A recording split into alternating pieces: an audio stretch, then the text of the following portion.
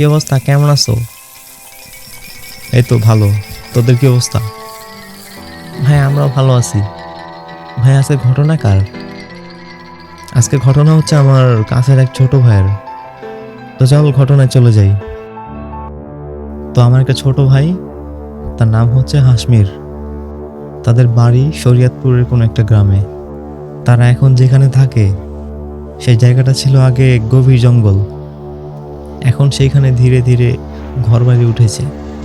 তবে চারপাশটা এখনো এক ধরনের নির্জনতা আর এক ধরনের অদ্ভুত পরিবেশ। হাসমিরদের পাশের বাড়িতে থাকে আমেনা। একদিন আমেনার পুরো পরিবার কোথাও বেড়াতে যাবে, কিন্তু তাদের ছোট ছেলে, মানে আমেনার ছোট ভাই, তাকে সঙ্গে নেওয়া হলো না। তাই তাকে হাসমিদের বাসায় রেখে যাওয়া হলো। আমেনার মা বলল, আজকে ওকে তোর সাথে রাখিস আর রাতে একসাথে ঘুমাস। সন্ধ্যা নামলো, চারপাশে অন্ধকার নেমে আসলো। এরপরে হাসমির আর আমেনার ছোট ভাই একসাথে ঘুমিয়ে পড়ল। রাত গভীর হলে আমেনার ছোট ভাই হঠাৎ ঘুম থেকে উঠে যায়। সে নাকি বলে বাইরে থেকে তার আব্বু নাকি তাকে ডাকছে। তখন সে বাইরে যেতে চাইলে হাসমিরের মা তাকে থামিয়ে দেন। তিনি তখন বলেন, তোর ফ্যামিলির সবাই তো বাইরে গেছে, এখন তোর আব্বু তোকে ডাকবে কিভাবে?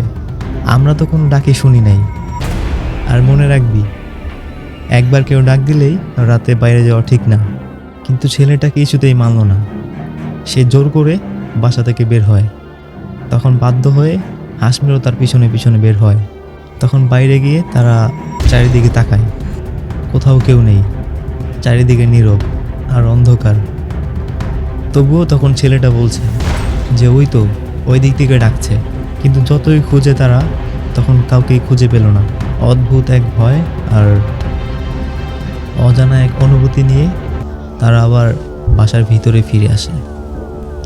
পরদিন সকালে আমেনা ও আমেনার পরিবার ফিরে আসে। তখন তাদেরকে সব ঘটনা খুলে বলা হয়। সেগুলো শুনে তারা একটু চিন্তিত হয়ে যায় এবং বলে, এই জায়গাটা আগে জঙ্গল ছিল, এখন এখানে অনেক কিছুই থাকতে পারে, তাই রাতে যদি কেউ ডাকেও কখনো বাইরে যাস না। এই ছোট্ট ঘটনাটা সবার মনে অদ্ভুত একটা ভয় আর রহস্য সৃষ্টি করে যায়।